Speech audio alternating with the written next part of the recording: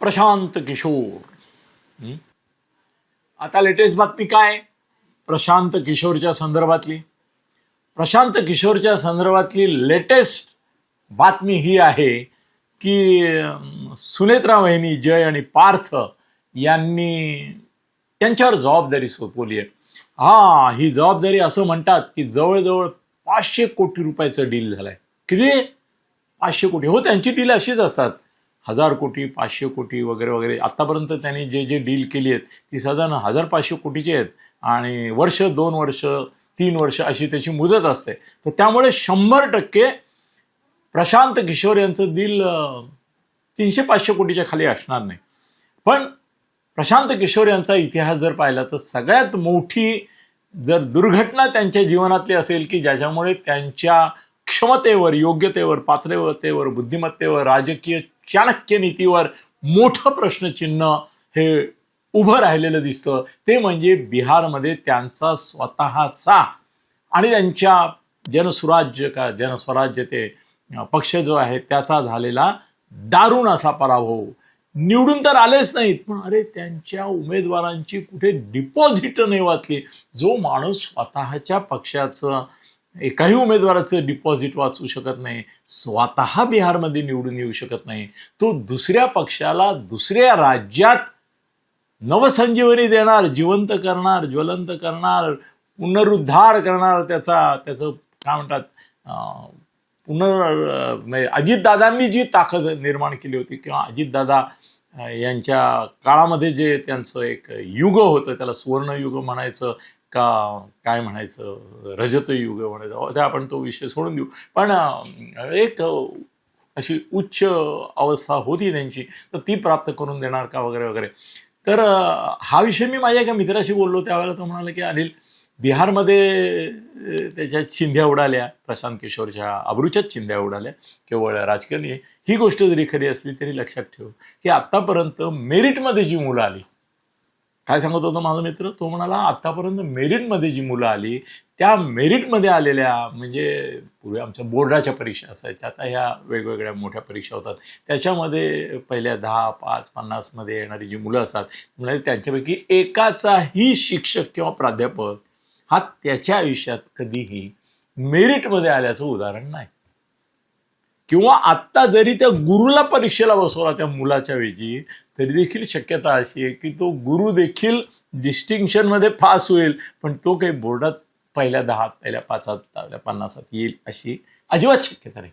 कारण गुरु म्हणून एखाद्याला शिकवणं वेगळं, त्याला उत्तीर्ण करून घेणं वेगळं, त्याला गुण मिळवून देणं वेगळं आणि स्वतः ते गुण मिळवून घेणं वेगळं असतं। तर त्यामुळे तू एकदम त्यांना, प्रशांत किशोरना निकालात काढू नको, हे काय, हे ममताचं हरले, हे काय, हे स्टालिनचं हरले, हे काय, त्यांच्या हरण्याची केजरीवालचं पण हरले, त्यांनी निवडून दिल्याची उदाहरणं पण आहेत, उद्धवचं पण ते फेल झालेले आहेत, त्यानंतर भाजपला त्यांनी एकेकाळी मदत केलेली आहे, मोदी शहांना मदत केलेली आहे, ही उदाहरणं पण आहे। म्हणजे दोन्ही बाजूची उदाहरणं पुरेशी आहेत। पण आता आपण इथे विचार करूया की आता यांना दिलं, तो पुण्याचा त्यांचा आधी होता, त्याला काढून टाकला। आता सांगा मला तुम्ही की तुम्हाला काय वाटतं, प्रशांत किशोर याला जीवदान देईल इथपर्यंत मी खाली आलोय खरं, म्हणजे ते परत पूर्वीची ग्लोरी प्राप्त करून घेतील का वगैरे, तिथे आलोच नाही, निदान जिवंत ठेवतील का हा पक्ष प्रशांत किशोर? तुम्हाला काय वाटतं? पहिली गोष्ट लक्षात ठेवा की सुनेत्रा वहिनी जय पार्थ जो अजितदादा पवारांची राष्ट्रवादी काँग्रेस चालवतात, तो तसा राजकीय पक्ष नाही। म्हणजे टेक्निकल गोष्टी सोडा, म्हणजे आता सुप्रीम कोर्टाचा निर्णय काय लागतो, निवडणूक आयोगाने काय त्यांना मान्यता दिलेली आहे वगैरे, हे सगळं बाजूला ठेवलं तरी ही अजितदादा पवार नावाच्या एका मोरक्याची, नेत्याची म्हणू आपण, लेटेस्ट इलेव्हेट, मोरक्याची ही टोळी आहे।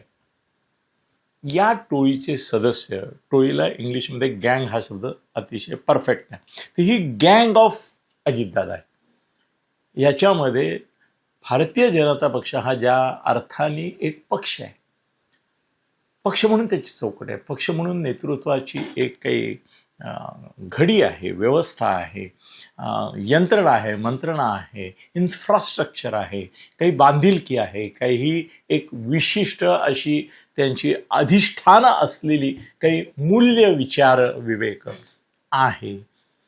ठीक आहे, तुम्ही काँग्रेसच्या विरुद्ध असाल, काँग्रेसच्याबद्दल तुमच्या मनात अगदी नफरत असती देखील तुम्हाला हे कबूल करायला पाहिजे की भारतीय जनता पक्षाप्रमाणे पक्ष, पार्टी याची संकल्पना आणि व्याख्या ज्यांना लागू पडते पूर्णपणाने, की एक यंत्रणा आहे, एक निवडणुकीचं त्याच्यामध्ये कुठेतरी व्यवस्था आहे, हे सगळं जे आहे ते एका लोकशाही पक्षाच्यासाठी आवश्यक तो प्रत्येक घटक परफेक्ट आहे. ठीक आहे, तिथे घराणेशाही आहे, इथे मोदींकडे हुकुमशाही आहे, तिकडे घराणेशाही आहे असंही म्हणू शकता तुम्ही, जर अगदीच फारच प्रामाणिकपणा दाखवायचा असेल तर, की इकडे मोदींची हुकुमशाही आहे, तिकडे त्यांची घराणेशाही आहे, गांधींची. ओके, परिवारवाद आहे. तर इथे कसं आहे ना की मी असं श्रेय थोडंसं ना उद्धवला पण देतो हल्ली.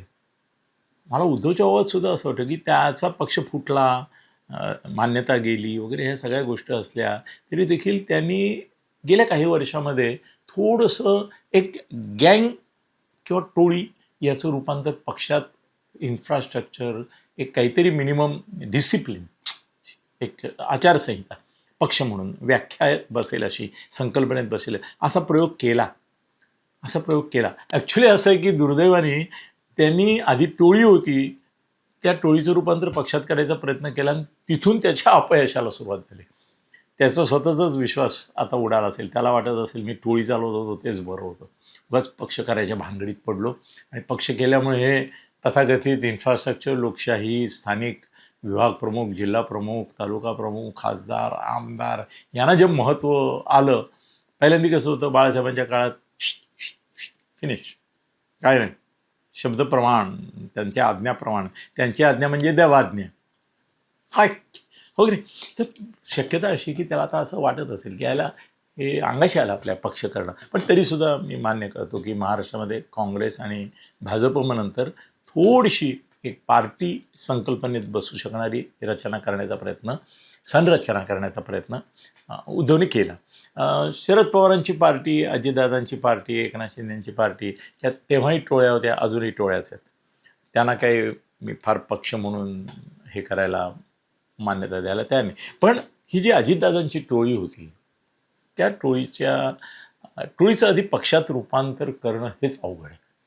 याचं कारण असं आहे की अजितदादांबरोबर जे गेलेत ना लोक, अगदी स्थानिक पातळीवर, मी सगळं असं न्याहाळत जातो आहे की कोण कुठे कुठे आहेत, काय आहेत वगैरे, त्याचं सगळं थोडंसं नावं त्यांची बघतोय, चेक करतोय, त्यांची बॅकग्राऊंड चेक करतोय. काही ठिकाणी तर मला असं वाटलं की हा माणूस कोण आहे रे, काय आहे याचं, जिल्ह्यात काय स्थान आहे. तर थोडं मी मदत पण घेतली, तिथल्या माझ्या संपादक मित्र आहेत त्यांना विचारलं की हा याचं काय आहे जिल्ह्यामध्ये. तर मला असं दिसतंय की हे सगळे जिल्हानिहाय, तालुकानिहाय, गावनिहाय, महानगरनिहाय, निहाय असे ना दादा लोक आहेत तिथले. राष्ट्रवादी, अजितदादा काय आणि शरद पवार काय, हे तिथे दादा लोक आहेत. हे तिथले असे काही ठिकाणी तर माफियाच आहेत चक्क, अजितदादांचे सुद्धा, शरद पवारांचे सुद्धा माफिया आहेत काही ठिकाणी. हे तिथे त्यांचं राज्य आहे, साम्राज्य आहे, तिथे त्यांचा एक असा क्लाउट आहे आणि ते त्यांच्या क्लाउटमध्ये स्वायत्त आहेत, स्वावलंबी आहेत. ते त्यांच्या विचारांनी स्वतःच्या स्वयंभू पण आहेत. अजितदादांच्या पक्षामध्ये सर्वात मोठी गोष्ट तुमच्या लक्षात येईल की प्रशांत किशोरला तिथे स्कोप कमी का मिळते की तो कुणालाही काही सांगायला गेला तर ते म्हणतो तू कोण रे आम्हाला शहाणपणा शिकवणार, आमचं काय तुला माहिती आहे, आम्ही इथे काय आहोत तुला माहिती आहे का, तू ते आहे ना ते तुझं अक्कल जी आहे ना ती तिकडे जय पार्थला शिकव, त्यांना शिकव, ते बेअक्कल आहेत. त्यांना काही पक्ष म्हणजे कळत नाही, त्यांना संघटना म्हणजे कळत नाही, त्यांना थोरांचा मान कसा ठेवायचा कळत नाही. आम्ही जे आमचे जिल्ह्यामध्ये, तालुक्यामध्ये, गावामध्ये, महानगरामध्ये आम्ही जे इथले सत्रप आहोत, इथले आम्ही जे प्रस्थ आहोत आणि प्रस्थापित आहोत, त्यांची त्यांना कल्पना नाही, या वेड्यासारखं वागतात. त्यांना अक्कल शिकव, त्यांना काय सुधारायचं असेल सुधारू, आमच्या वाट्याला येऊ नको असं सांगणार. मला सांगा की प्रफुल्ल पटेल किंवा सुनील तटकरे किंवा भुजबळ किंवा हसन मुश्रीफ, हे सगळे यांचे जे लोक आहेत, तर प्रशांत किशोर काय अक्कल शिकवणार? आणि त्यांचं जे स्थानिक राजकारण चालतं ना ते इतकं वेगळ्या प्रकारचं आहे, वेगळ्या पातळीवरचं आहे आणि वेगळ्या पद्धतीने चालतं. ते केंद्रबिंदू आहेत तिथे. आणि दुर्दैवाने हे असे बिंदू इतके आहेत, ते तिथले तिथे प्रमुख बिंदू आहेत, मुख्य बिंदू आहेत, केंद्रबिंदू आहेत तिथले. हे परत सुनेत्राबाईंनी केंद्रबिंदू नाहीत. अजितदादा होते. अजितदादांना मदत करायला ते पिंक सगळं करणारी ती संस्था होती ना. काय रे नाव बघ त्याचं, तो पुण्याचा त्यांचा आधीचा कन्सल्टंट होता बघ, मी नाव आठवत नाही मला. तो आता त्याच्यावर याची पण धाड पडली होती बघ निवडणुकीच्या आदल्या दिवशी. दादा वैतागले होते. तर पुण्याचा जो होता तो त्याच्याने त्याला पिंक कलरचे कोट बीट घालायला सांगितले, पडदे लावायला लागले वगैरे. आता हा पिंकचा आणखीन काय करतो प्रशांत किशोर तो भाग वेगळा. पण शेवटी अजेंडा, प्रशांत किशोरचा अजेंडा राबवायला यंत्रणा कुठे नाही ना. सुनेत्रा वहिनींकडे यंत्रणा नाही, मंत्रणा नाही, यंत्र नाही, मंत्र नाही, तंत्र नाही. काय ना, नरेश अरोरा. या आमची टीमने सांगितलं की नरेश अरोरा, हो तो आधीचा कन्सल्ट होता पिंकोवा, ज्यांनी त्यांना पिंक केलं सगळं. तो नरेश अरोरा जो आहे त्याच्या जागी आता प्रशांत किशोरला घेतला. त्यालाही 200-300 कोटी रुपये देत होते. त्या पैशावरून मतभेद झाले वगैरे ते आपण पाहलं होतं सगळं, वॉट एव्हर इट इज. पण प्रशांत किशोर एखाद्या पक्षाला, त्यांनी भाजपाला सल्ला द्यावा, त्यांनी DMKला द्यावा, त्यांनी ममताला द्यावा, त्यांनी तुमच्या राजदला द्यावा, त्यांनी तिथे नितीश कुमारला दिला तरी मला काय हरकत नाही, त्यांनी भाजपाला द्यावा. पण त्यांनी अजितदादांना सल्ला देऊन ना अजितदादांच्या पक्षाचं काही भलं ते करू शकतील, एक आणखीन काय म्हणतात मानाचा थोडासा तसा अपमानाचं कावळ्याचं पीस त्यांना लावावं लागेल. याचं कारण हा पक्षच नाही, याला संघटनात्मक स्वरूप नाही. इथला प्रत्येक सरदार हा ॲक्च्युली आता मनाने फुटलेला आहे. आत्ता नाईलाजाने तो सुनेत्रा वहिनींबरोबर आहे, त्याला तिथे राहायचं नाही आहे.